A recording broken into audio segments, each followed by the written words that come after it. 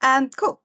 So yeah, welcome everyone to our last Sustainability Lunch and Learn of the year. So this is our December one. We've been going all year round, accompanied by our UHBW colleagues at the start, and then sadly they've left us. But hopefully, we'll carry on next year, and we'll be doing more in collaboration with the UHBW as well. So yeah, this month we are looking at our sustainability achievements and successes from the year. So we'll do a bit of a run through of what we've been up to. Just really quickly, our sustainability teams, as you guys probably know now, we've got us at MBT and then the team at UHBW. We've got Sam, who rules over us all, and together we're working towards our net zero goals. We've had a bit of a shift around, so we lost Matt, our carbon and energy manager, has now left the trust, but he's been replaced with Xavier, who went from carbon and energy officer to our manager now. So we sure that we better know that Zav's going to smash it and carry on all our energy projects at the trust as well.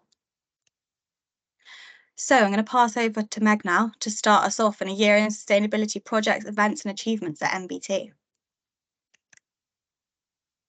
Brilliant, thanks, Georgia. So yeah, just looking at waste first of all. So we know that this contributes about 1%, or actually last year it was 2% of our carbon footprint. So considering this is such a minor part of what we actually do, and if anything, it's a symptom of our activities, it does contribute quite a large proportion. So we released our new safe and sustainable waste management policy. So this had more of an emphasis on reducing the waste that we actually generate, and also looking at opportunities where we can reuse a lot of things, where we can remanufacture certain devices, for example. So that's something that we've seen in theatres this year. So mostly looking at how we can take a circular economy approach to all of our goods and services that we procure. So one way that we can do this within the trust at the minute, so we have our Warpit portal. So if anyone has any kind of furniture or anything that they use within their office that they no longer need, you can put it up on this Warpit portal. Or equally, on the other side, if you have things that you actually want to buy new, but you might want to check with first, check the market and reuse it. So we reached a 250k milestone this year, which is huge. So far we've saved £276,000 by not having to procure things new, and we saved a huge amount of carbon as well associated with this. And UHBW have also introduced this year as well, and there's other trusts that are looking at doing this within our region. So yeah, it's a really great portal, so get yourself and your team signed up to it because it's really helpful. And then we also did our first Zero Waste September campaign. So this was a system-wide sustainability campaign which we took part in, and we would just sort of set up in the atrium for a day, showing everyone our bins and what goes in what bin. So we know that waste can be particularly confusing in a clinical waste setting. So we do a lot around that and kind of what our plans for the future are and how we're going to reduce this or how we're going to increase what we recycle as well as a trust. So the plan is for this to happen every year across this. So next we'll be bigger now. Looking at waste again, so just to shout out our infection control team. So this year they've been huge kind of champions of sustainability. They've been looking at different departments and different opportunities where they can see that we can improve things. So yeah, that partnership has really helped us kind of exceed the goals that we wanted to set. So for example, we had hand hygiene day where we were looking at the new hand soap which we're going to introduce into the trust, and looking at our gloves off campaign as well. So looking at areas where we're using gloves excessively and looking at how we can be practicing good hand hygiene instead, which also has opened the door to looking at PP in general and how we use that across the trust. We also took part in a mattress donation campaign. So this was when IPC were going around and replacing all the mattresses. Usually they would have been sent to landfill and incineration, but IPC came to us and was like, we don't want to be doing this, there's a better way that we can be doing this. And we found, I think it was about 4 charities in the end that we could reuse these mattresses through, and I think there was about 38 of them were recycled and they were made into soundboards and insulation. So basically nothing was wasted. And this was about 400 mattresses that we did this with. So it was a huge amount of waste that we managed to avoid, which was quite impressive. And yeah, shown how things can be done differently, although it did take a huge amount of effort to do. So one thing that I know our infection control lead has taken to our exec is trying to make these things a little bit easier for us to do, so that doing the right thing is essentially a lot easier, so that more people are able to do it. And there's a really great IPC sustainability conference as well this year, which we attended. So it was myself and the IPC team went along to, and IPC are also part of the Sustainability Special Interest Group, which the Infection Prevention Society hold. So there's lots of opportunities that are picked up through that group, and ways that we can do things differently. Because yeah, as kind of historically, IPC has been seen as a barrier to sustainability, but we've demonstrated that actually it enables we're kind of working towards the same type of objectives and goals. So yeah, next year the things that we'll be working on is looking at the gloves campaign a little bit more, in that for our teams, to IPC, a lot of that training, and looking at the removal of single-use wipes, hopefully, and looking at a more sustainable solution for that, because we know that generates a lot of single-use plastic. So looking at a different way that we can do that.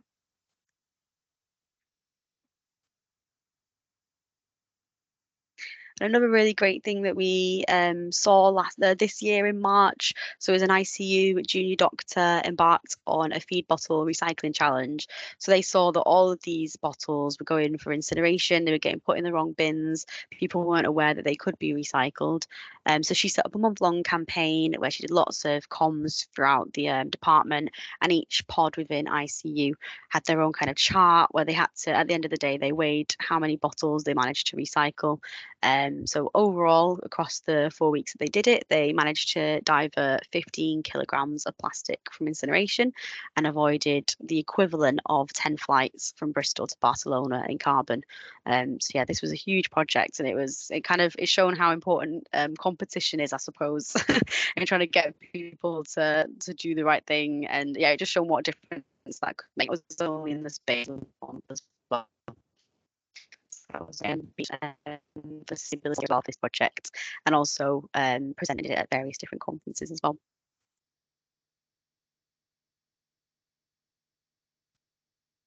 So just another waste project which we've seen from our pharmacy team. So Martina, actually, who's on the call today, set this up. So this is essentially where we found that we can recycle insulin and hormone pens from our wards, which were previously just getting incinerated. So we're working with a supplier of these pens in order to be able to recycle these. And Martina's also set up something with patients where they can collect these at home, and they get posted and they get recycled. So far, 47 boxes have been given to patients to recycle from their home. So another really successful project of showing how things that were previously being sent for incineration don't need to be. Yeah, well done, Martina. And then just to give a shout out as well to one of our senior consultants within ED, so Dr. Emma Carver, who's been a huge champion in sustainability at the emergency department. So she was the recipient of the first sustainability award at MBT. And this example of one of them, and she developed the new framework staff engagement scheme, and achieved a bronze award for her efforts when implementing the old scheme. Reduced single-use plastics. So we're looking at the minute at reusable apron trials within ED, and also looking at things like single-use plastics in the catering that they use and that they provide to patients, and seeing any way where these can be made recyclable or reduced altogether.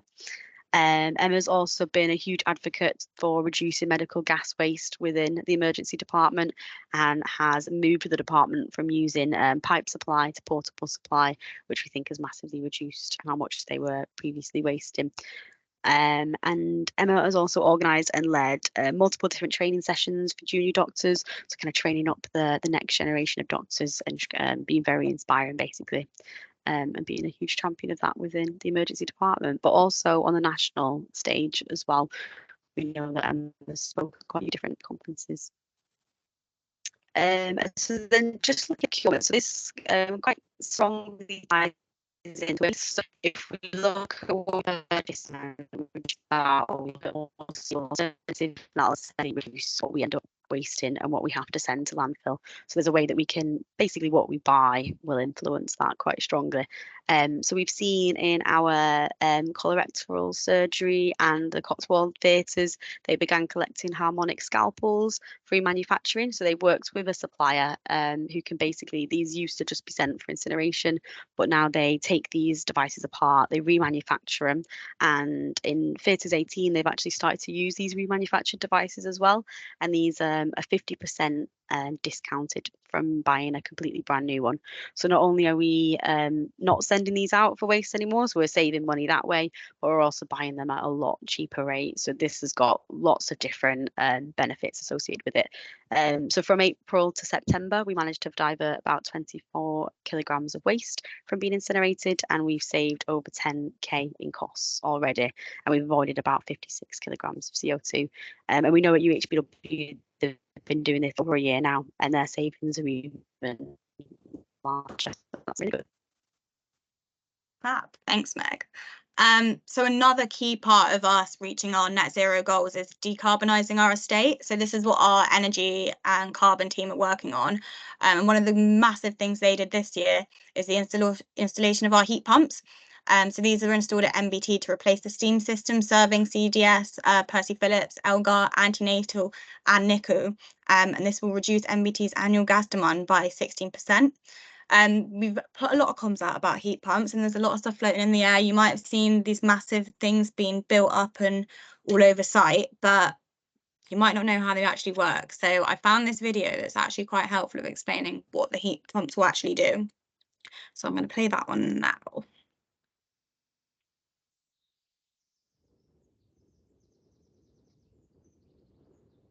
Heat pumps are a key technology for the transition to affordable, renewable energy.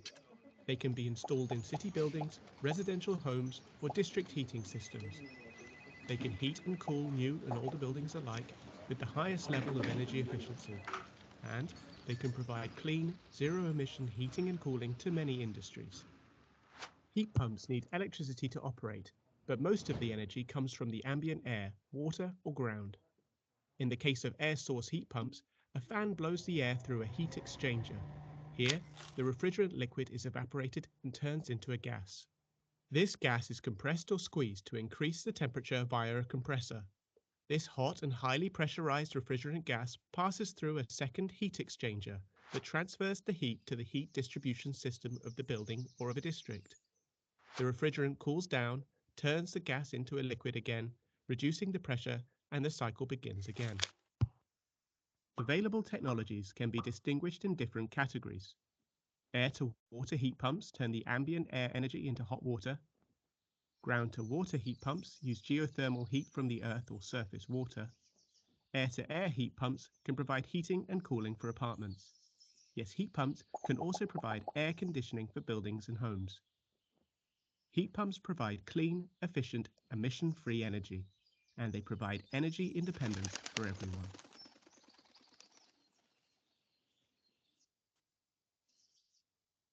So yeah, that's not the only thing that our carbon and energy team have been working on this year. They've also installed lots of solar panels on our data centre, on Percy Phillips as well. And these have all gone live this year with hopefully more to come. They've also installed double glazing, cavity wall and loft insulation, thousands of LED lights, as the alternative, I think, are being banned soon as well. So this is essential. And they've also successfully upgraded the high voltage electrical connection that enables transition away from fossil fuels as well. So this will play a massive part to our net zero by 2030 goal too. So I'll pass over to Lewis now, who is our clean air manager and is going to talk a bit about our travel and transport successes and achievements of this year. Thanks, Georgia. Hello, everyone.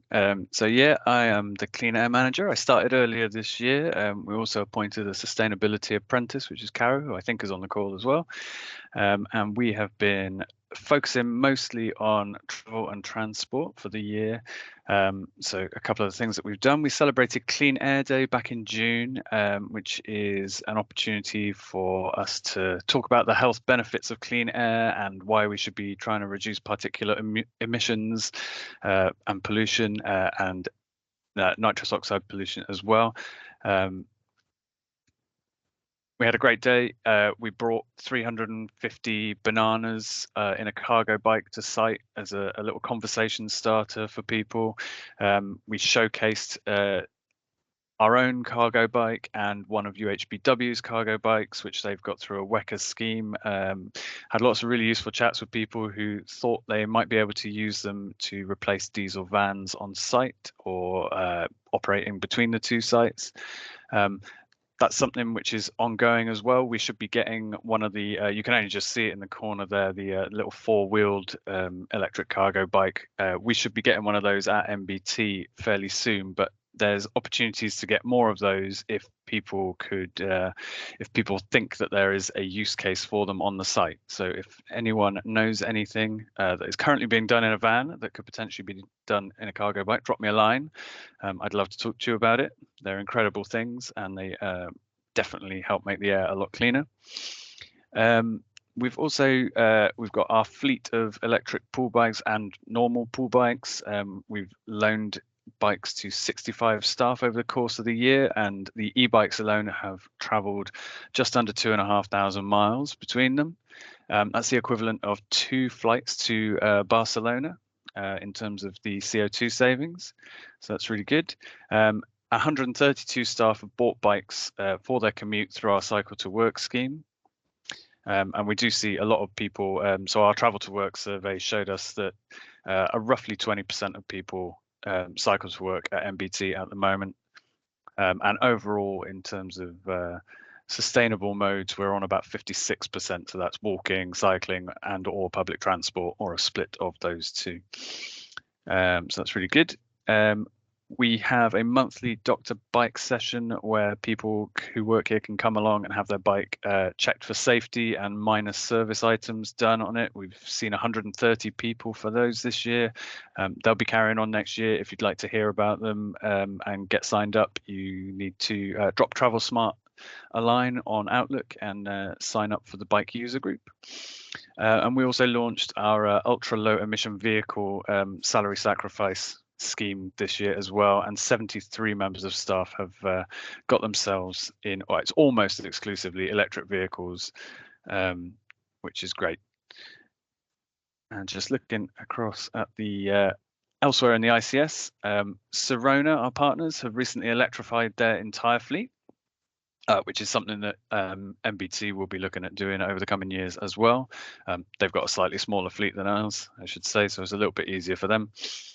And both them and UHBW have also launched their own ultra low emission vehicle salary sacrifice scheme. So anybody who needs to be coming to work by car, for those who public transport or sustainable options aren't really an option, it's worth having a look into that. If you are looking to replace your car, it's usually significantly cheaper than the lease deals that you can get elsewhere, and helps both the trust and helps clean the air up. So moving on to biodiversity and nature recovery, we obviously lost our nature recovery ranger early on in the year, but fear not, we've been doing lots of work on biodiversity at the trust still. So we took part in No Mow May. We did flower counts as part of this. We also had different teams at the trust get involved and help us count the flowers. I'm sure you must have seen during summer that all the grass grew, there were flowers everywhere, it looked beautiful. So this is something that we'll be carrying on for next year as well. We also took part in the Big Butterfly Count. So my team, as well as staff members across site, took part in this, where they wandered about, documented what butterflies they saw, and they saw 188 butterflies in total. And this was assisted by our UE placement student who came over and helped us for a few months. His background was in environmental consultancy, so that was a real help for us in terms of biodiversity this year, and the projects that we could run. We also took part in 30 Days Wild. So this was over August, and it was every day we documented a wild sighting or a wild activity on that day. So during this, we saw 3 slow worms, which is really exciting. And we also spotted 2 orchids as well. So we know that biodiversity is really thriving on site at MBT at the moment. In terms of nature recovery and wellbeing as well, we held 36 green social prescribing allotment sessions. So These sessions are at our Southmead Hospital allotment, and they're open to local community members who are referred through GP practices. And it's all about connecting people with nature and the social side of being outdoors to benefit your mental health and your physical health and well-being as well. So it's been a great year for the allotment. We've harvested lots of veggies, loads of sunflowers, and if you're keen to get involved with the allotment next year, do let us know, because we're always looking for volunteers, and we really need to remake our scarecrow. So if anyone has any donations to the scarecrow, that is much appreciated as well.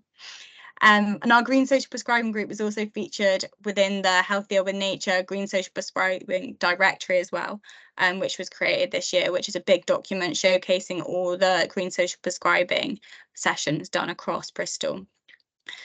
Some other nature recovery and wellbeing things we've done this year. We did bird feeder workshops with staff at MBT and also the Saplings Nursery. We made bird feeders out of orange peels, which was really nice. And we also hosted the Festival of Nature conference, which was all about greening NHS estates. And we had people travel all the way up from Cornwall to attend the day here. We did a tour of the site, we showed them the allotment, and we heard presentations from people at different trusts and how they're greening it. So that was a really good day as well. In terms of workforce and engagement, we welcomed me, the Sustainability Engagement Officer. So my role this year has been all about engaging you guys and seeing how you can be involved with sustainability. We've had 80 staff members join our staff engagement scheme Greener Together that we run in collaboration with UHBW. This scheme involves earning green points for your sustainable actions, and if you're really lucky, you'll even get a £20 gift voucher at the end. So if you're not signed up for that, make sure it's something you're signed up to in the new year as well. We've held 15 lunch and learner sessions overall, so this is our 16th one today. We've had 164 attendees to these, plus you guys today, so it's been a good year for it. We've also done a few different engagement events and things on site. So we had our allotment gala where we were joined by our Fresh Arts team to host a nature arts workshop. We also had Leacourt Farm coming to run a fruit and veg stall, and that's something that we'll be doing again next year for sure. And we also celebrated the NHS 75th birthday, where we promoted all the offerings that sustainability give for staff at MBT. And we also celebrated our net zero anniversary, which was an exciting day as well, and really kicked off our net zero for health campaigns. So what's next? It's been a busy year, but this year we have launched our ICS Green Plan. So next year we will be delivering the ICS Green Plan. So I'm not sure, Meg, if you want to go into this anymore about our plans for the future. Yeah, of course. So what that so we just recently had the delivery plan for the Green Plan approved by our trust board. So we now have a plan basically to work towards, and we know exactly what actions we need to be taking. As part of this, next year we'll be releasing our new sustainability policy. So that encompasses all of the activity of the trust and what we all need to be aligning ourselves to. We've also got the travel plan as well. So that'll be looking at the way that we're going to influence staff and patients commuting to our site and our kind of strategy around that. We've got hopefully implementing reusable sharps bins in as many departments as possible, which will have a huge impact on the amount of single-use plastics that we incinerate. So we'll be avoiding a lot of that. We'll also be looking at tendering for a new pool vehicle service as well later next year. Our energy team will also be looking at, so we've got a new energy officer coming in as well early next year, who will be helping to install LED lighting across the site and looking at where else we can install heat pumps as well. And we'll also be looking at further opportunities to reduce single-use plastics as well. So we'll be working quite closely with our procurement team and our infection control team to do that, and also NHS supply chain as well, as we're quite aware that they want to see what opportunities there are to reduce these. And then, yeah, working with Georgia, who will be leading a lot of our For Health campaigns as well. So if you look out for next year, each month we'll have a campaign that's associated with the Green Plan and what staff can do to get involved. And we'll also have lots of new training available as well next year. Yeah, so just to quickly go into what training is going to be available, we'll have an intro to sustainability training package that's coming very soon. That will be a 3-tiered course, and it will just go into sustainability at the trust and what you can do specifically in your role to get involved with sustainability. We've also already got our sustainability management module, which I know a few of you guys have already done, which is specifically people in more leadership roles and how they can facilitate sustainability within their teams. We're also hoping that we can eventually carry out the carbon literacy training as well. So this is currently a training that's run via Greener NHS, which you can do online. It's a really good training, but we're hoping that now that we're trained up in it, we'll be able to carry it out in person on site as well to you guys. Apart from that, keep inviting us to your huddles or to shadow you. We really want to train you. We want to get to know your areas. We want to be able to help you as much as we can. And we want to know about any projects that you guys think you would be able to do in terms of sustainability in your department as well. So just really quickly, so kicking off our campaigns in January is our Plant-Based for Health campaign, which is in line with Veganuary, but we've taken a stance of more specifically for health, and the idea that you don't need to be strictly vegan to benefit the environment and your health, but just try and be more plant-based. So part of this, we want to create a staff recipe book. So we'd like to know if you've got any plant-based recipes you'd like to share. We'll create a virtual document. So please do email them over to us if you've got anything that you'd like to contribute.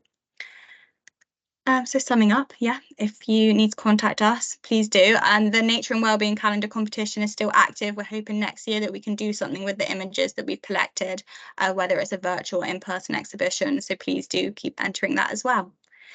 And I'll open up for any questions.